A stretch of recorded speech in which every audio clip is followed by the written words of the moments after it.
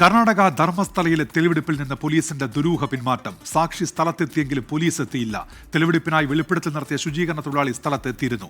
ധർമ്മസ്ഥലയിൽ നിന്ന് മുഹമ്മദ് റഹീസ് ഇപ്പോൾ തത്സമയം ചേരുന്നുണ്ട്. മുഹമ്മദ് റഹീസ്, നേരത്തെ നമ്മൾ സംസാരിക്കുമ്പോൾ അല്പസമയത്തിനകം പോലീസ് എത്തുമെന്നായിരുന്നല്ലോ സൂചന. ഇതെന്തുകൊണ്ടാണ് പോലീസ് എത്താതിരുന്നത്? എന്തൊക്കെയാണ് ലഭ്യമാകുന്ന വിവരങ്ങൾ മുഹമ്മദ് റഹീസ്?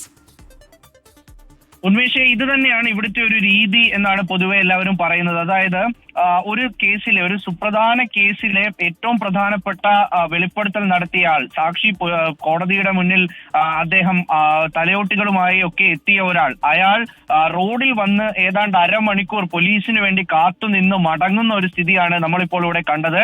നമ്മൾ ആ ദൃശ്യത്തിൽ കാണിച്ചിരുന്ന വാഹനത്തിൽ അദ്ദേഹം ഉണ്ടായിരുന്നു, അദ്ദേഹത്തിന്റെ അഭിഭാഷകർ അവിടെ ഉണ്ടായിരുന്നു. അരമണിക്കൂറോളം ഇവർ ഇവിടെ കാത്തുനിന്നു. പോലീസ് എത്തുമെന്നുള്ളൊരു പ്രതീക്ഷയിൽ അവരിവിടെ നിന്നു. പക്ഷേ പോലീസ് എത്തിയില്ല. പോലീസിന്റെ ഭാഗത്തു നിന്ന് ഒടുവിൽ ലഭിക്കുന്ന ഒരു വിശദീകരണം, ഇന്ന് തെളിവെടുപ്പിന് വേണ്ടി എത്താൻ തങ്ങൾ ആവശ്യപ്പെട്ടിരുന്നില്ല, നേരത്തെ ആവശ്യപ്പെട്ടപ്പോൾ ഇദ്ദേഹം എത്തിയിരുന്നില്ല എന്നുള്ളതാണ്. അതിൽ ഏറ്റവും പ്രധാനപ്പെട്ടത്, നേരത്തെ പലതവണ പോലീസ് ഇദ്ദേഹത്തിനെ തെളിവെടുപ്പിന് വിളിച്ചെങ്കിലും മതിയായ സുരക്ഷ ഒരുക്കണമെന്ന് ഇദ്ദേഹത്തിന്റെ അഭിഭാഷകർ ആവശ്യപ്പെട്ടിരുന്നു. പക്ഷേ അവിടെ സുരക്ഷ ഒരുക്കിയിരുന്നില്ല. ഇന്ന് തന്നെ നമ്മൾ കണ്ടതാണ്, ഇദ്ദേഹത്തിന് കോടതി സുരക്ഷ നൽകണം, പോലീസ് സുരക്ഷ നൽകണമെന്ന് ആവശ്യപ്പെട്ടിരുന്നുവെങ്കിലും ഒരൊറ്റ പോലീസ് ഉദ്യോഗസ്ഥർ പോലും സത്യത്തിൽ ഇദ്ദേഹത്തിനെ അനുഗമിച്ച് അവിടെ എത്തിയിരുന്നില്ല.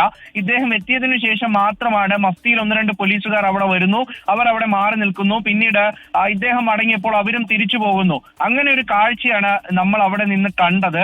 അപ്പോൾ അതുകൊണ്ട് തന്നെ പോലീസിന് ഇക്കാര്യത്തിൽ നേരത്തെ സൂചിപ്പിച്ചതുപോലെ പലതരത്തിലുള്ള സമ്മർദ്ദങ്ങൾ പല ഭാഗത്തു നിന്നുമുണ്ട്.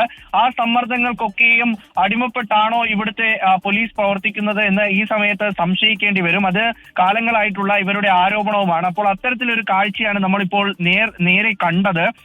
നമ്മൾ കുറെ നേരം കാത്തു നിൽക്കുന്നു. അതിനുശേഷം ഒരു സാക്ഷി, പ്രധാനപ്പെട്ട ഒരു കേസിലെ സാക്ഷി, അദ്ദേഹം ഇവിടെ നിന്ന് മടങ്ങി പോവുകയാണ്. ഏറെ സുരക്ഷാ വെല്ലുവിളികൾ നേരിടുന്ന ഒരാൾ കൂടിയാണ് ഇദ്ദേഹം. അയാൾക്കാണ് ഇപ്പോൾ ഇവിടെ നിന്ന് മടങ്ങേണ്ടി വന്നത്. അപ്പോൾ ആ കാഴ്ചകൾ കൂടി കാണേണ്ടി വരും. ഒരു ദുരൂഹ സാഹചര്യത്തിലാണ് പോലീസിന്റെ ഒരു പിന്മാറ്റം ഇപ്പോൾ ഉണ്ടായിരിക്കുന്നത്. SP അടക്കമുള്ളവർ ഇവിടേക്ക് എത്തുമെന്ന് അറിയിച്ചിരുന്നുവെങ്കിലും ധർമ്മസ്ഥല പോലീസ് സ്റ്റേഷനിൽ നിന്നോ, അല്ലെങ്കിൽ SP എത്തേണ്ടത് സ്വാഭാവികമായിട്ടും മംഗലാപുരത്ത് നിന്നാണ്. അപ്പോൾ അദ്ദേഹം അടക്കമുള്ളവർ ഇവിടേക്ക് എത്തിയില്ല. ഒരു പോലീസ് ഉദ്യോഗസ്ഥർ പോലും ഇദ്ദേഹത്തിന് ഈ തെളിവെടുപ്പിന്റെ ഭാഗമായിട്ട് ഇവിടെ എത്തുകയോ അല്ലെങ്കിൽ ഇദ്ദേഹത്തിനോട് എന്തെങ്കിലും സംസാരിക്കുകയോ ചെയ്തിട്ടില്ല. ഇനി ഇദ്ദേഹത്തിന്റെ അഭിഭാഷകരാണ് സംസാരിക്കേണ്ടത്. അവർ എന്താണ് പോലീസിന്റെ ഈ ഒരു നടപടിയിൽ ഈ ഒരു വെളിപ്പെടുത്തൽ നടത്തിയ ആൾക്ക് പറയേണ്ടതുള്ളത് എന്നതടക്കം കൂടി അഭിഭാഷകർ പറയുമെന്നാണ് നമ്മൾ മനസ്സിലാക്കുന്നത്. എന്തായാലും വളരെ ദുരൂഹത നിറഞ്ഞ ഒരു സാഹചര്യത്തിൽ ഇപ്പോൾ പോലീസ് ഇവിടെ നിന്ന് പിൻവാങ്ങിയിരിക്കുന്നു. സാക്ഷി ഇവിടെ വെറുതെ വന്ന് നിന്നിട്ട് മടങ്ങേണ്ടി വന്നിരിക്കുന്നു. ഉന്മേഷ്, ശരി. മുഹമ്മദ് റഹീസാണ് വിവരങ്ങൾ